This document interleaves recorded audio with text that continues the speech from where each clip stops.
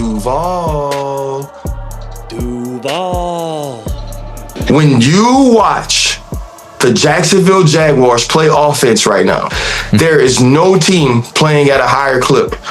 There's no team that distributes the football to more different players in crunch time moments than the Jacksonville Jaguars right now. This, along with Anthony Campanelli's defense that simulated pressure and his ability to cover up some of the disguises and change what you'll see after the...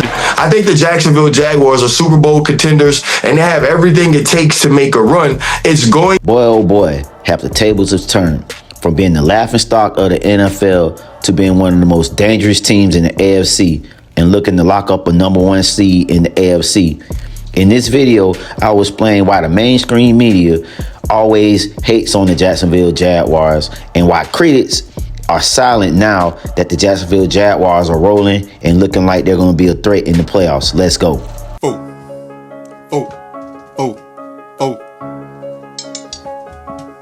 I'm terrific. I'm finessing in that kitchen, dead Fisher. Dope yellow collar, something like or Indiana Pacers of Reggie Miller. I'm in that bit like a man. Now, at the start of this 2025-2026 season, if you were to tell me that the Jacksonville Jaguars would be one of the worst teams in the league, the consensus around the mainstream media and people that watch football would probably say they would probably be one of the top teams on that list. But when you look at what the Jacksonville Jaguars are doing this season, one of the youngest organizations in sports, it's good to be heard of because this team is doing something that a lot of front officers are doing. They're young, thinking outside the box. Strength, because really, you know, I have a fresh perspective, and I think that's also the case for both Liam and Tony. And through my own experiences, I feel like I have a deep understanding of really the tools and modern mechanisms that are revolutionizing the sport. And so I don't ever view the number of years that I've had on planet Earth as a limitation, but, you know, just my preferred way of moving is one that I think can bring a dynamic asset and an edge over the competition. And they're doing things that other organizations around the league or in the NFL haven't done. And when you look at the way the Jacksonville Jaguars built this organization from front office coach and head coach, sports media thought it was going to be a joke because when they first initially hired Tony Boselli to be the executive vice president of football operations, you had a lot of critics out there that made have thought like he might not be like a yes man, or he may not know when it comes to evaluating players, being too harsh or being too easy on them. But it just came with a lot of criticism. And then when he hired newly rookie first-time head coach Liam Cohen, a lot of people had something to say about that too. Well, we'll just play it for you, and you'll know why. Jacksonville, the community. Duval. Kind of had that feel of self-help, you know. Come on my seminar, you know. Kind of like Tom Cruise at the end of Magnolia, you know. Yeah, like just kind of, you know, thanks for coming to my Liam talk. Like a tech bro, kind of getting. That's what it sounded like. It's just no, not a good start. And plus, the way that he arrived there, people are just wondering, you know, what's up with this guy who they probably have never really heard of until what happened last year with the Buccaneers and how he was going back there as the offensive coordinator, and he was given a big, huge contract, and then he turned around, pivoted, and took the gig in Jacksonville. And this guy might not be over his head. He's not ready to be a head coach just because he did one cringe-worthy thing. And then when you look at the front office, Shad Khan went and got a young, up-and-coming scouting guy from Los Angeles Rams in James Gladstone, a 34-year-old guy at that. You know what I'm saying? A lot of people across the league was thinking that, hey, this guy too young. Is he's going to be able to build a franchise and be able to build a franchise that can compete for years to come? And there were just a lot of questions, man, about what this Jaguar team was going to do. Hey, everything that they was doing, they was being criticized with a fine-tooth comb about how bad and how this team might look at this upcoming season.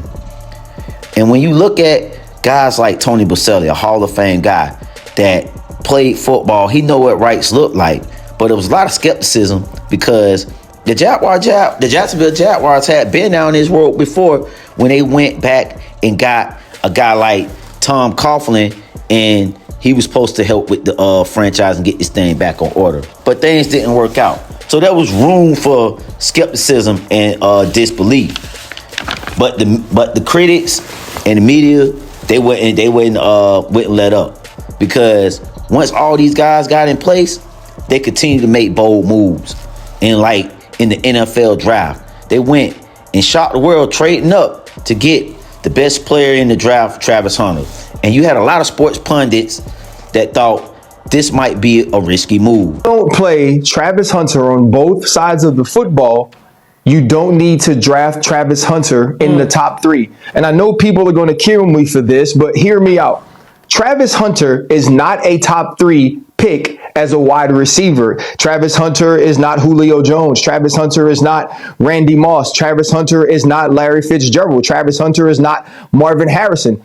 Travis Hunter is not a top 3 pick on the defensive side of the ball. He's not either of the Woodsons. Pick one. He's not Charles. He's not Rod. He's not Deion Sanders. He's not Champ Bailey. Those are the sorts of people that you pick that play one position, one skill position that early in the draft. He's none of them. Now let's go. And it might cost them for their future of the team. And then after that, you had your team ready to go. Going into the 2025 season, this team swung the fences with guys like Jordan Lewis, Eric Murray, and Patrick McCarty on the offensive line to compete for a AFC South title that was in reach. This AFC South division for years have been talked about as one of the worst in the league.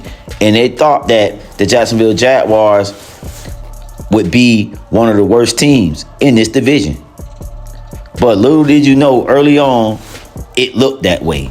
With bad losses here and there, and you had more and more of the mainstream media taking their shots at the Jacksonville Jaguars. Truly, like a one-of-a-kind football player coming out of college in terms of being a prospect, he should also probably have the mental fortitude of knowing where to line up on offense too. 100%. I don't know what they're going to do here, but I do think that this experiment is failing. Via the draft capital that they traded up for so far, and it's 3 weeks, and we don't judge this whole transaction on the first 3 weeks. I would just say this splitting reps as a rookie right now, it's not working.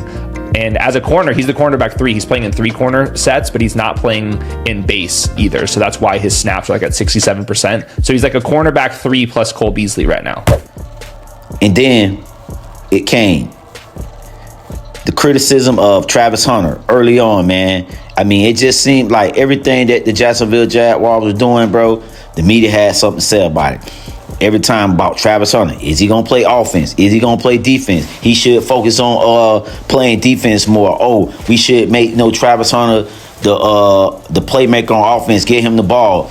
And all the signs just seemed like this team was not doing what they were doing with decision-making of Travis Hunter. And a resolution. Tell Travis Hunter he is a defensive back. It's time. You're playing one side of the ball. This is the experiment was fun. But you got to get something out of the number 2 pick. The experience was stupid. The trade was stupid. And you can't do anything to fix it. So go ahead and let him be the all-pro corner that he was born to be.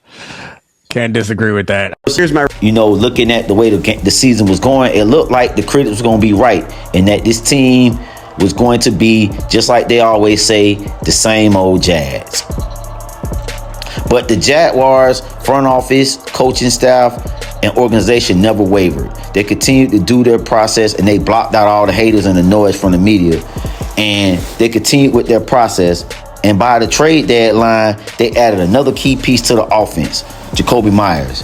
And since that signing, this team has been balling. And it has unlocked the offense, and they've been playing some of the best complementary football in the NFL. And now when you look up they're sitting at 12 wins. And with the potential to lock up a number 1 seed in the AFC, the NFL football world was not ready for the Jacksonville Jaguars. And everyone that's been hating on them, y'all gonna have to go ahead and apologize. From guys like Colin Cowherd to Bill Simmons, these sports media guys, they couldn't wait to say something negative about the Jaguars. But now they're all looking stupid that this team has been doing their thing for the last couple weeks. Everyone is thinking this team is going to go back to being the old team and lose games that they don't supposed to lose or make bonehead decisions. And it was like that looking at that Houston Texans game early on in the season, losing the biggest lead in franchise history. It looked like the same old Jag. But as of right now, this Jaguar team is rolling, and they looking like they can be a Super Bowl contending team. The way the defense is playing, the offense is playing, kicker Cam Little, one of the best kickers in the game. You have the total package in this team, and this team has great confidence, and they're starting to believe. And when you got a team believing, that can be a dangerous thing for an NFL team or opponent, because that means they're going to go through brick walls. They're going to do everything they can to win, and you're just seeing it. They're all about winning culture. And it all in 1 year, this Jacksonville Jaguar organization was able to flip it. And not a lot of guys believed in it. But I know as a Jaguar fan, about 9 months ago, I did a video on that the Jacksonville Jaguars was winning the offseason. And I didn't get a lot of reviews on this video because people probably thought I was crazy what I was saying. But in the end, I was proven right. So all you mainstream media guys that always talking trash and down about it. Hey man, really for me, it's never been about the stats, bro.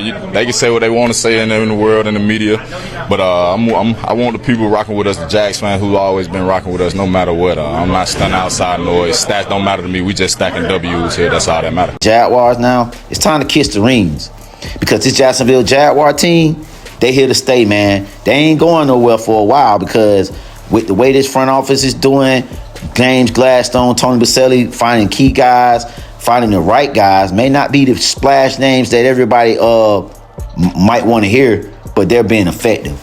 And with the young talent on this roster at the running back position like LaQuint Allen, Tootin, Ethan, and wide receivers like Parker Washington, Brian Thomas Jr., Jacoby Myers, and not to mention Travis Hunter, who is out with the injury for the rest of the season. He's still coming back next year to contribute on the defensive side of the ball if that needs to, or on the offensive side of the ball. This Jacksonville Jaguar team is loaded, and I'm just so excited to see what the future holds, because I think this team right now is going to be one of the best teams in the AFC for years to come. And it's going to kill critics and media pundits now that they got to talk about the Jacksonville Jaguars. Ain't no more keeping us in the dark.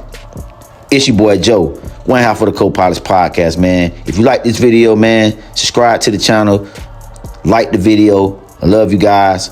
Peace.